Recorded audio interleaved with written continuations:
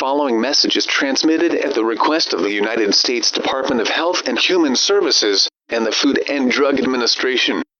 A food contamination warning has been issued for the entire state of Missouri until further notice.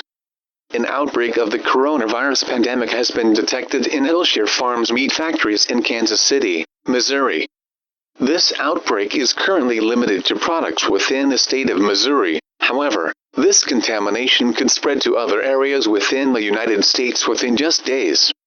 All residents of the state of Missouri should return all Hillshire Farms meat products immediately. The FDA have launched an investigation of all meat products sold by Hillshire Farms in the last 14 days, and will determine where the outbreak started, which products are safe and unsafe, as well as other important information.